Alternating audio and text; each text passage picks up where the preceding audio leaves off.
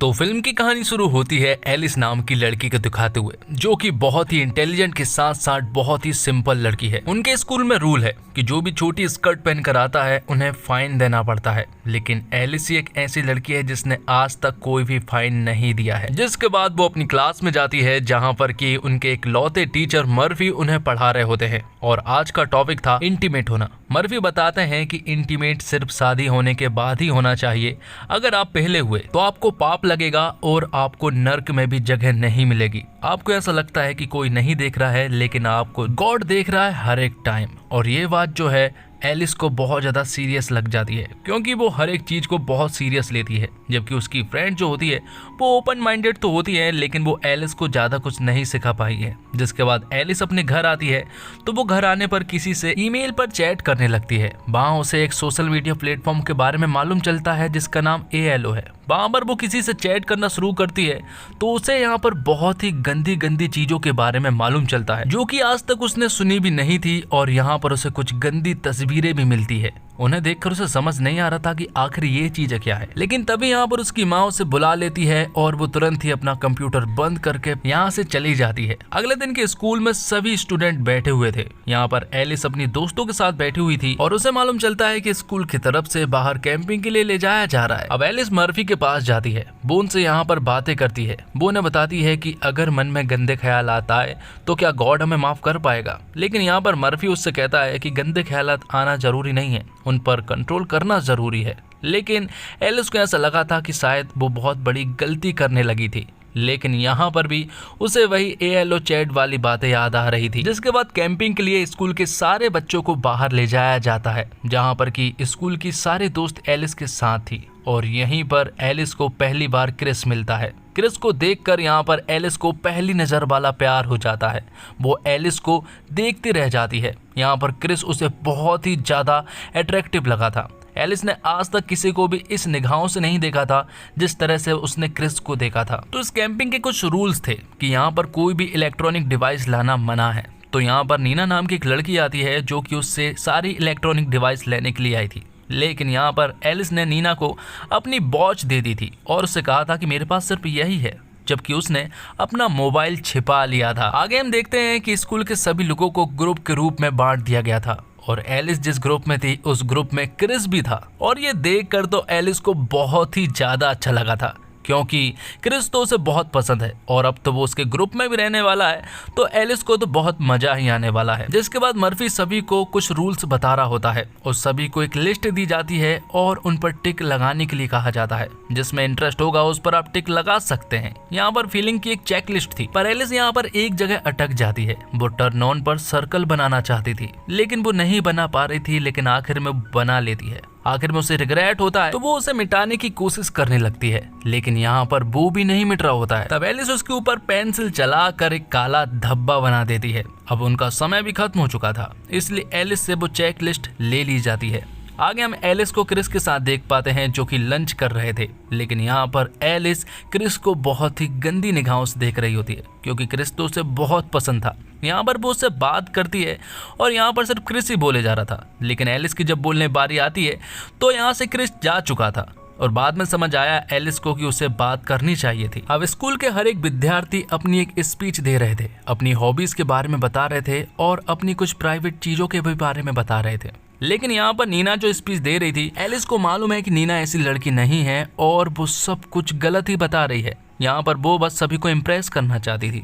अब रात को एलिस जब सो रही थी तो अचानक से उसके मन में गंदे ख्यालात आना शुरू हो जाते हैं और वो यहाँ पर उल्टी सीधी हरकतें भी करना शुरू कर देती है। लेकिन तभी उसकी नज़र गॉड पर पड़ती है तो वो अपने आप को कंट्रोल करती है और मर्फी की बातों को याद करती है कि हमें हमारी फीलिंग्स पर कंट्रोल करना है। और यहाँ पर एलिस यही करती है। अगली सुबह सभी लोग जब घूमने के लिए जाते हैं तो यहाँ पर एलिस की निगाह क्रिस पर टिकी हुई थी। तभी यहाँ पर एक लड़की गिर जाती है तो क्रिस उसे संभालता है और यहीं पर एलिस को एक जोरदार आइडिया आता है और वो यहाँ पर क्रिस के सामने झूठ मूठ का गिरने का बहाना बनाती है और उसके पैर में मोच आ गई थी। वो सबके सामने ऐसा प्रिटेंड कर रही थी तो क्रिस उसे गोद में उठा लेता है और यही एलिस चाह रही थी, क्योंकि वो क्रिस के बस किसी भी तरह से नजदीक आने की कोशिश कर रही थी। जब यहाँ पर नीना एलिस के कमरे में आती है तो वो यहाँ पर उसका मोबाइल देख लेती है, जो कि रूल के एकदम खिलाफ था। एलिस उससे कहती है कि प्लीज ऐसा मत करो, लेकिन नीना मर्फी की चमची होती है, इसलिए वो मर्फी को सब कुछ बता देती है। तो एलिस ने रूल ब्रेक किया था, इसलिए उसे सजा दी जाती है और पूरे के पूरे कैंपस की साफ सफाई करने की जिम्मेदारी जो अब पूरी की पूरी एलिस की थी। वो यहाँ पर साफ सफाई करती है और उसका दिन बहुत ही ज्यादा खराब रहता है, क्योंकि उसे दिन भर साफ सफाई करनी पड़ती है और सभी स्टूडेंट एंजॉय करते हैं। और साफ सफाई करने के दौरान यहाँ पर एलिस को मर्फी का कंप्यूटर दिखाई पड़ता है। उसे कुछ चीजें जाननी थी, इसलिए वो AOL चैट पर जानने की कोशिश करने लगती है, लेकिन तभी यहाँ पर किसी के आने की उसे आहट सुनाई देती है, तो वो यहाँ से तुरंत ही कंप्यूटर बंद करके भाग जाती है। उसने कंप्यूटर ऑफ नहीं किया था, लेकिन जिसके बाद एलिस और क्रिस अपने ग्रुप में थे। सभी लोग यहाँ पर अपनी अपनी जो सैड स्टोरी थी वो बता रहे होते हैं, लेकिन यहाँ पर एलिस के पास कोई भी स्टोरी नहीं थी। लेकिन यहाँ पर वो अपनी एक सैड स्टोरी बता देती है क्रिस को इम्प्रेस करने के लिए। वो बताती है कि उसे अपने कुत्ते से बहुत ज़्यादा लगाव था, लेकिन हाल ही में उसका कुत्ता मर गया है, और यहाँ पर वो रोते हुए बता रही थी ताकि क्रिस उससे इम्प्रेस हो जाए। अगले दिन मर्फी सभी के सामने आता है और सबसे कहता है कि किसी ने मेरे कंप्यूटर से छेड़छाड़ की है, किसी ने मेरे कंप्यूटर में AOL चैट ओपन की है। मैं तो उसे माफ कर दूंगा, लेकिन शायद गॉड उसे माफ नहीं कर पाएंगे और वो इसलिए नर्क में जाने के लिए तैयार हो जाए। जिसके बाद मर्फी सभी को बारी बारी से अपने पास बुलाता है। यहाँ पर एलिस भी आई हुई थी। एलिस से वो कुछ पर्सनल चीजें पूछते हैं और एलिस यहाँ पर बहुत ही नर्वस होकर जवाब दे रही थी। वो यहाँ पर उनके सामने ऐसे जवाब दे रही थी कि मानो उसे कुछ भी नहीं मालूम है। जिसके अगले सीन में हम देखते हैं कि जब एलिस साफ सफाई कर रही थी तो उसे बेड नाम के एक लड़के का ब्रेसलेट मिलता है। वो उसे अपने पास रख लेती है क्योंकि उसे मालूम है कि इसका क्या करना है। अब एलिस जब साफ सफाई कर रही थी तो उसकी नजर पड़ती है उनकी स्कूल की सबसे साफ सुथरी लड़की नीना पर, जो कि किसी के साथ गुलछर्रे उड़ा रही थी। ये देखकर यहाँ पर एलिस को बहुत ज्यादा अजीब लगता है और वो उन्हें यहाँ पर एंजॉय करने लगती है। जिसके बाद वो नीना की फ्रेंड लॉरा के पास जाती है। वो उसे बताती है कि जिसे तुम दूध की धुली समझती हो वो बिल्कुल सही नहीं है, क्योंकि वो एक लड़के के साथ उल्टी सीधी हरकतें कर रही थी। लेकिन उसे इस बात पर विश्वास नहीं होता और वो यहाँ से चली जाती है। अब अगले दिन साफ सफाई करने के दौरान एलिस वेट के ब्रेसलेट को मर्फी के टेबल पर रख देती है जहाँ पर की कंप्यूटर रखा हुआ था। तभी यहाँ पर कोई आ जाता है तो एलिस जो है वो छिप जाती है, लेकिन यहाँ पर तो मर्फी थे और वो कंप्यूटर पर उल्टी सीधी वीडियो देख रहे थे, जो देखकर एलिस पूरी तरह से हैरान रह जाती है। जिसके बाद वो क्रिस के साथ बैठी हुई थी।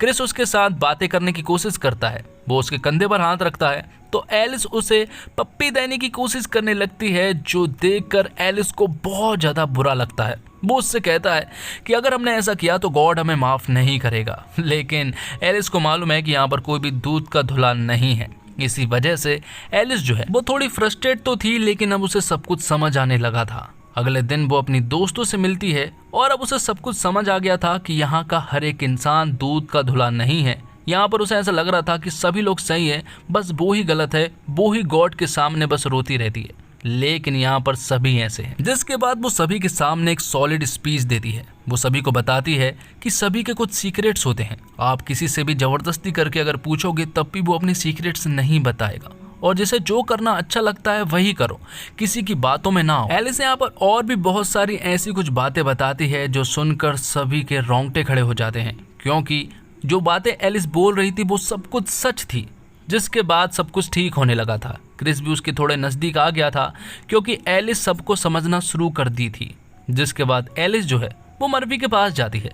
मर्फी के सामने वो कुछ ऐसी बातें कहती है कि मर्फी भी पूरी तरह से हैरान रह जाते हैं, क्योंकि मर्फी खुद दूध के धुले नहीं थे जो एलिस को क्या ही बात करेंगे। जिसके बाद एलिस अपने घर जाती है और वहां जाकर गंदी वीडियो देखती है, क्योंकि अब उसे कोई रोकने वाला नहीं था। और इसी के साथ ये फिल्म यहीं पर खत्म हो जाती है। उम्मीद करता हूँ दोस्तों आपको वीडियो पसंद आई होगी। वीडियो पसंद आई हो तो वीडियो को लाइक जरूर कीजिएगा और इसी तरह की वीडियोस पाने के लिए आप हमारे इस चैनल को सब्सक्राइब कीजिएगा, ताकि आपको इसी तरह के लेटेस्ट और फ्रेश कंटेंट मिलते रहे। धन्यवाद। Thanks for watching.